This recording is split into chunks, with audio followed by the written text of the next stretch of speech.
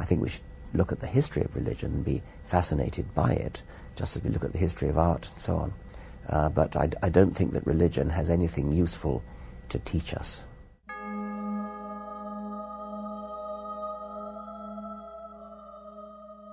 One of the main reasons why people are religious is because they're persuaded by the apparent design of living things. And that's completely destroyed by Darwin. If you actually read any book by a biologist about evolution, it's hard to see how you could fail to be persuaded of it. I mean, the evidence is just absolutely pat. There's no doubt about it. It's not a controversial issue.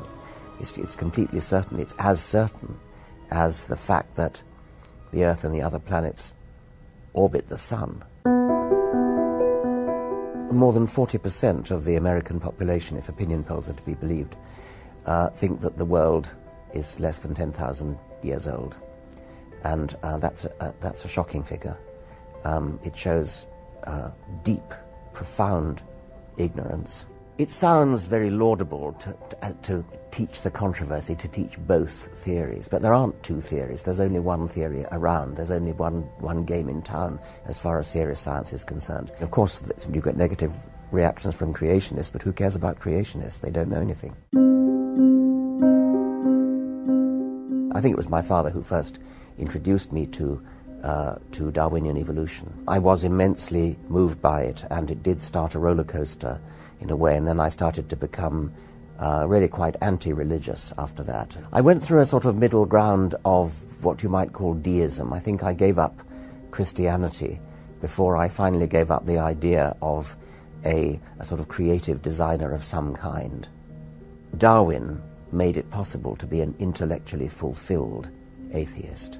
Before that, you could be an atheist, Hume was, for example, but it was quite difficult because you had no good explanation for why living things look so well designed.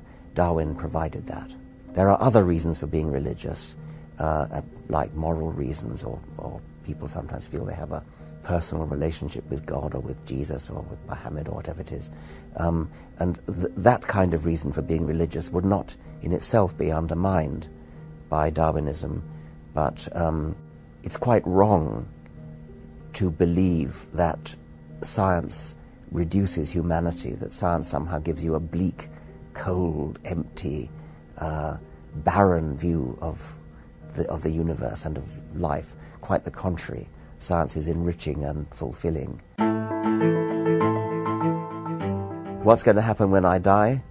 If I met God in the unlikely event after I died, I think the first thing I'd say is, well, which one are you? Are you Zeus? Are you Thor? Are you Baal? Are you Mithras? Are you Yahweh? Which God are you? And why did you take such great pains to conceal yourself and to hide away from us?